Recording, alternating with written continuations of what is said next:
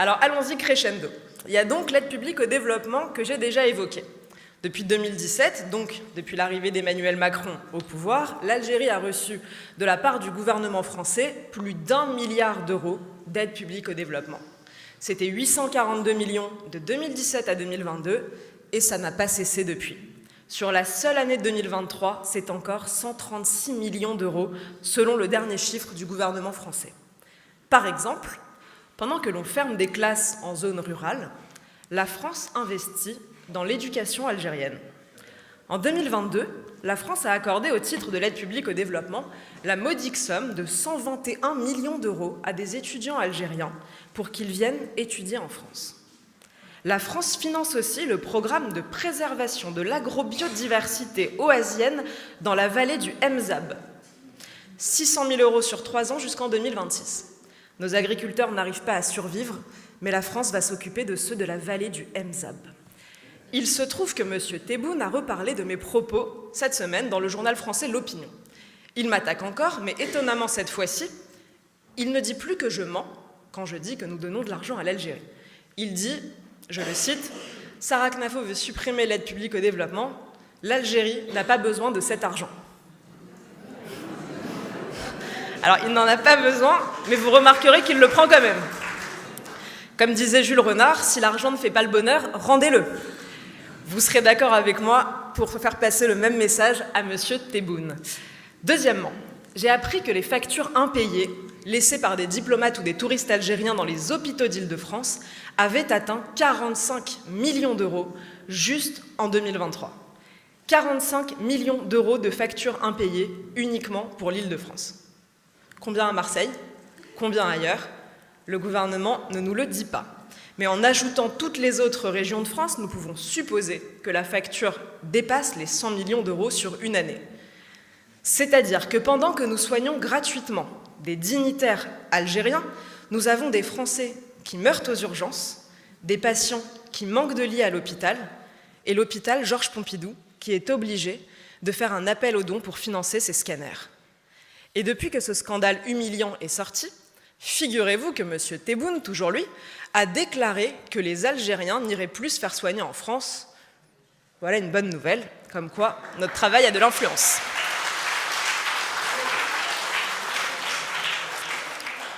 On continue. D'après la CNAV, la France verse chaque année 1,1 milliard d'euros de pensions de retraite en Algérie.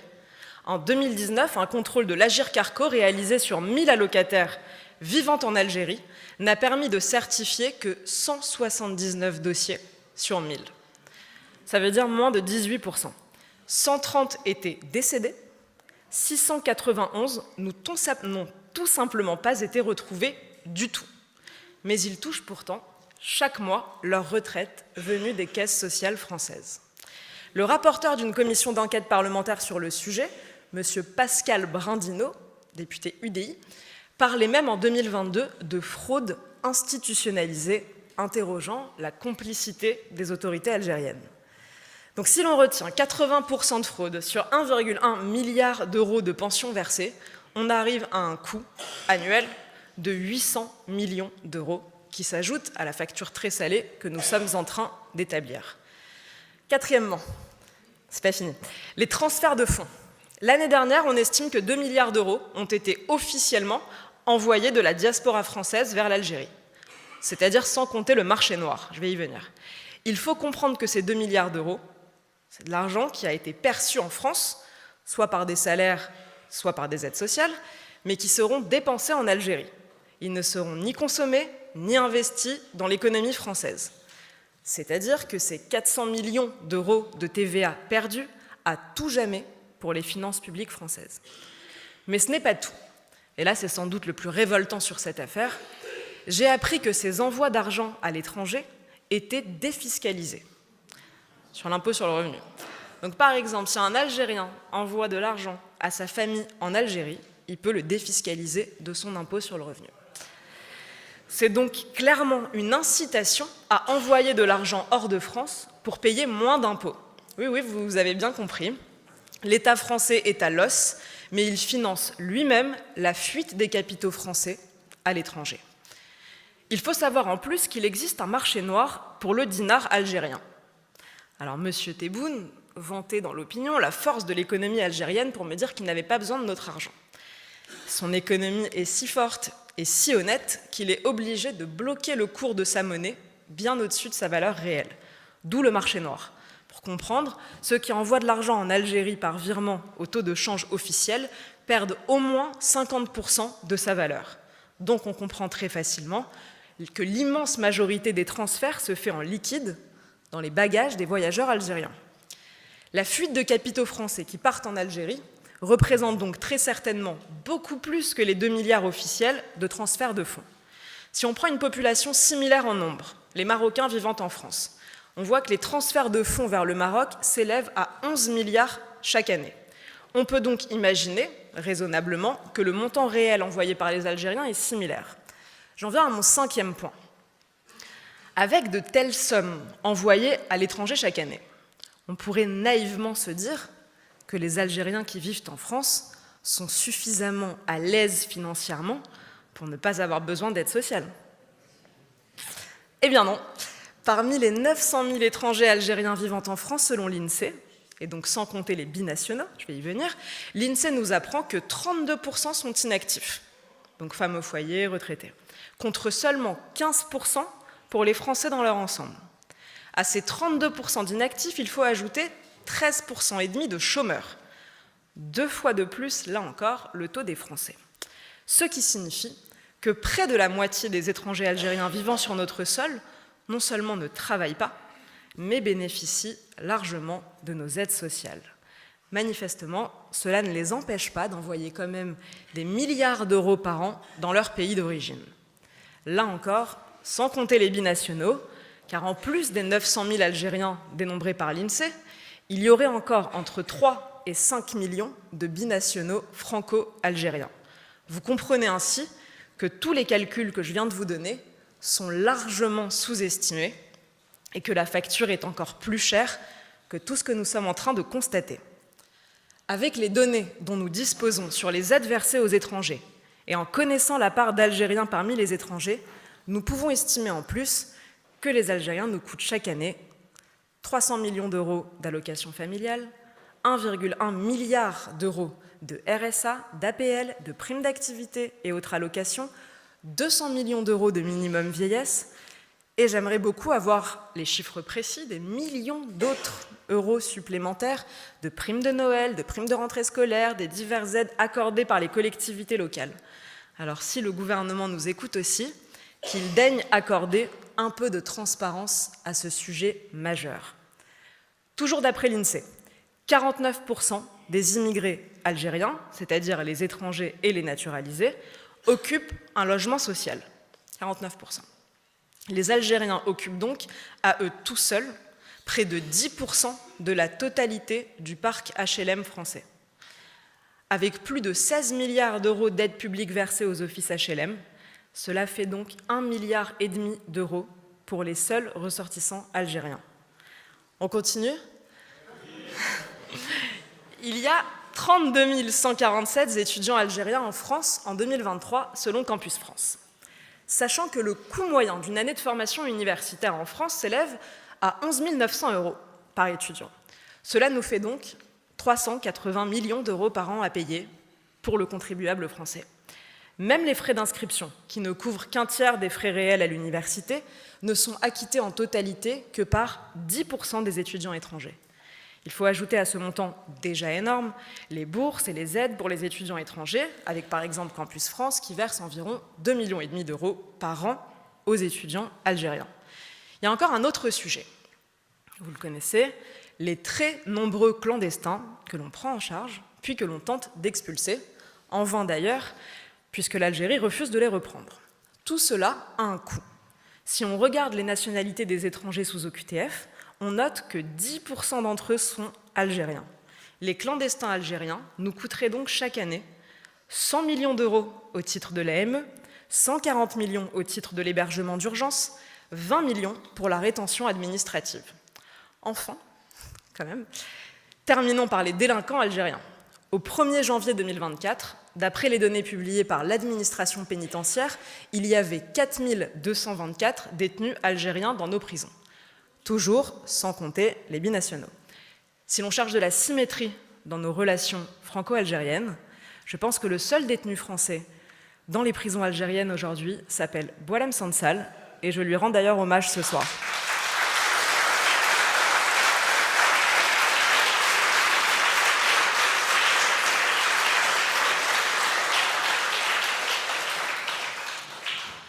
Mais en France, l'Algérie est de très loin la première nationalité étrangère représentée en prison. 21% des détenus étrangers à eux seuls, avec un coût moyen pour la collectivité de 105 € par détenu et par jour en prison. Les détenus algériens nous coûtent donc 160 millions d'euros par an. Si l'on applique ces proportions aux personnes placées sous surveillance électronique ou mises en cause par la justice et interpellées par la police, on peut estimer que la part du budget du ministère de la Justice et du ministère de l'Intérieur consacrée à la délinquance algérienne est de plus de 2,2 milliards d'euros par an. On récapitule. En une seule année, l'Algérie nous coûte 136 millions d'euros en aide publique au développement, 100 millions en impayés dans les hôpitaux, 880 millions en fraude aux pensions de retraite, environ 2 milliards en manque à gagner fiscal du fait des transferts de fonds, 1600 millions en aide sociale, 1500 millions en logements sociaux, 380 millions en frais universitaires, 260 millions pour leurs clandestins, 2200 millions pour leurs délinquants. Au total, je dois donc vous annoncer avec gravité que la facture de ce que l'Algérie coûte à la France s'élève à plus de 9 milliards d'euros par an. 9 milliards payés chaque année par le contribuable français à l'Algérie, dont le gouvernement nous insulte tous les jours de toutes les manières possibles. 9 milliards d'euros, c'est plus que le budget du ministère de l'Agriculture. C'est 3 fois le budget de l'outre-mer. L'Algérie nous coûte chaque année 3 fois plus cher que l'outre-mer français. 9 milliards par an, c'est le prix de la faiblesse de nos dirigeants face à un régime hostile. 9 milliards par an payés par le contribuable français, c'est insupportable et cela doit cesser. À tout cela, à cette addition déjà trop longue, je me dois d'ajouter un dernier coût et qui est loin d'être négligeable. C'est le coût psychologique et je dirais même affectif de cette relation entre la France et l'Algérie. Un pays qui ne nous aime pas, qui nous considère comme des colons et nous parle comme à des coupables. Saviez-vous que le régime algérien, par décret de M. Tebboune en 2023, a remis au goût du jour un couplet de son hymne national qui dit, je cite, « Ô France, voici venu le jour où il te faut rendre des comptes, prépare-toi ».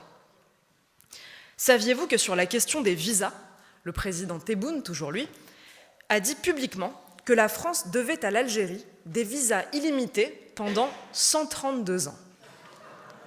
132 ans, c'est-à-dire le temps qu'a duré la colonisation. Comment mieux dire que le régime algérien vit l'époque actuelle, et l'immigration algérienne en particulier, comme une revanche de la colonisation. La culpabilité qu'ils veulent que nous ressentions n'est qu'un des nombreux moyens de cette vision des choses. Sur ce point, rappelons quand même que la France a laissé aux Algériens, en 1962, un État digne de ce nom, avec des frontières, un cadastre, des règlements, un état civil et une administration fonctionnelle, alors qu'à son arrivée un siècle auparavant, c'était une colonie turque sans véritable nom et aux contours incertains. En 1962, la France laisse à l'Algérie un réseau routier cartographié, 4000 km de voies ferrées, 3 grands ports, une dizaine d'aérodromes, une centaine d'hôpitaux, des centrales électriques, des barrages hydrauliques, des terres cultivables et irriguées, des bâtiments publics par centaines. À tel point qu'en 1959, l'Algérie engloutit à elle seule 20% du budget de l'État français. Sans compter que c'est la France qui a découvert le pétrole et le gaz en Algérie. En 1962, les possibilités étaient donc immenses pour ce nouveau pays. C'est pour cette raison que je vous rappelle ça. Ils n'en ont rien fait. Et le moins que l'on puisse dire, c'est que nous n'y sommes pour rien. Ce que les Algériens ont fait de ce legs, c'est leur affaire.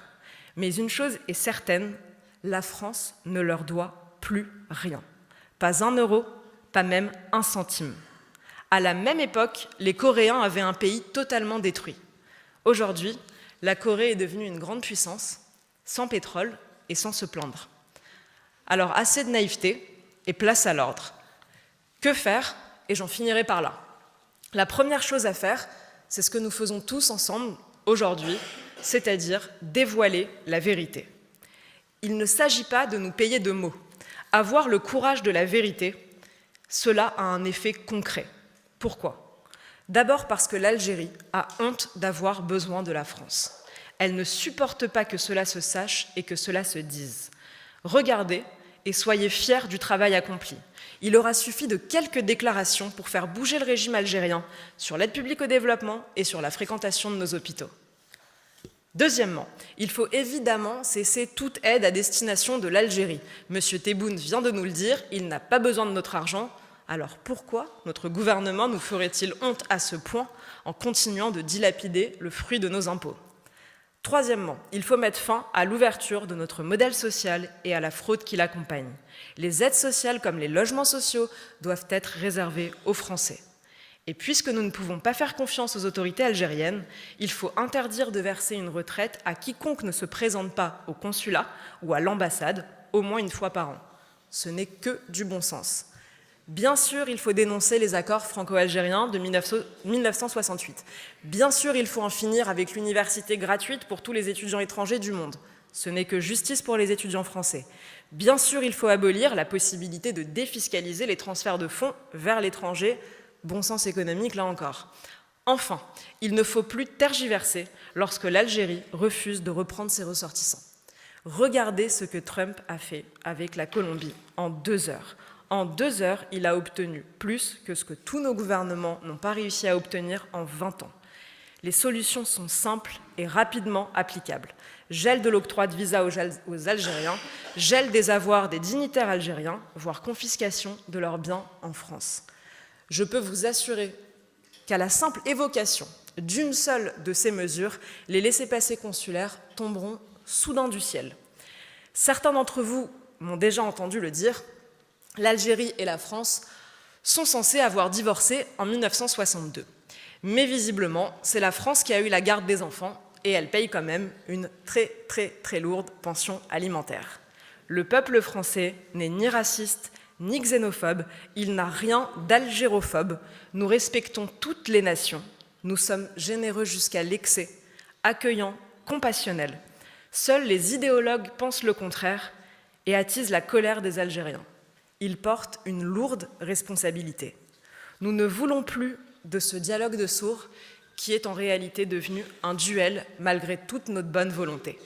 Nous ne voulons en aucune manière de cette guerre qu'on tente d'imposer chez nous.